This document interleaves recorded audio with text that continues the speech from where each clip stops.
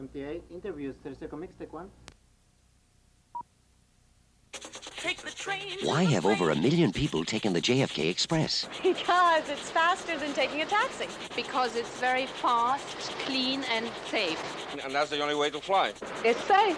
Oh, I work for United Airlines and it's quicker than the bus. So we're taking the train to the plane to save money. To spend in Paris. Take the train to the plane. Take the train to the plane. The JFK Express, only $4 including shuttle bus. Call 858-7272. Train to the plane. The JFK Express is one of the most unique and forgotten parts of the NYC subway. It ran from 1978 to 1990 and had its own fare despite running on NYC subway tracks and using NYC subway equipment. In 2025, a system similar to the JFK Express in the form of AirTrain JFK, however, it only runs around the airport terminals with a connection to Sutphin Boulevard Archer Avenue, so not like the JFK Express. Hoops! With that being said, this is the history of the JFK Express. Feeling, take it, what not, Georgia, take it, what not, Georgia, take it, what not, Georgia, that feeling, take it, what not, Georgia, take it, what not, Georgia, take it, what not, Georgia, that feeling, take it, what not, Georgia, take it, what not, Georgia, take it, what not, Georgia, that. Whether or not their president's a crook. Well, I'm not a crook.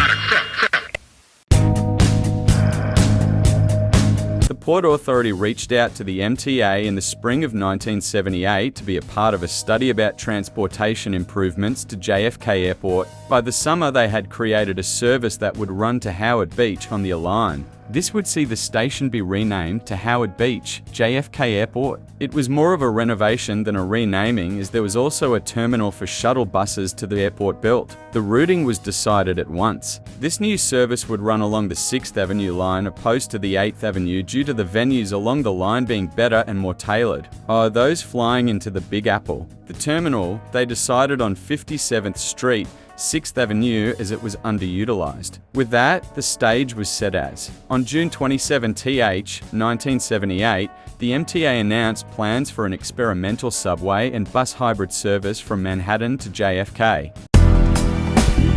Service began on September 23, 1978, with the first train starting at 57th Street. To promote the new service, the MTA created several short advertisements, which includes the on played in the intro. Service ran from AM to AM every 20 minutes. After a year of service, the line had 832,428 passengers, which had exceeded expectations. However, issues would arise. The service operated at a loss, which to the already cash-strapped MTA was huge. The JFK Express was able to make $2.6 million in revenue, but has cost $6.5 million to operate. That was greater than expected due to the service using railroad clerks to collect tickets.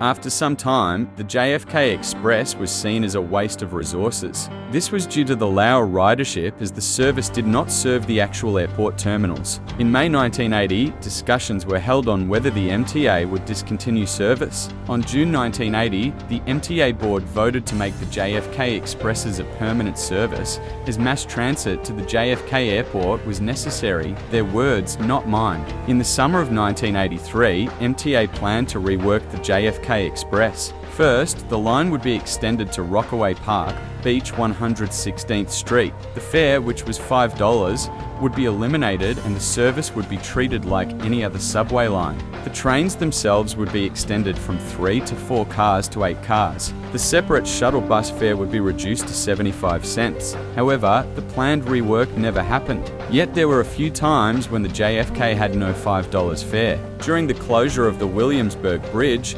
passengers were allowed on with no additional charge, as the JFK Express was the only train to run in between 57th and 47th Street during the time 9 p.m. to AM.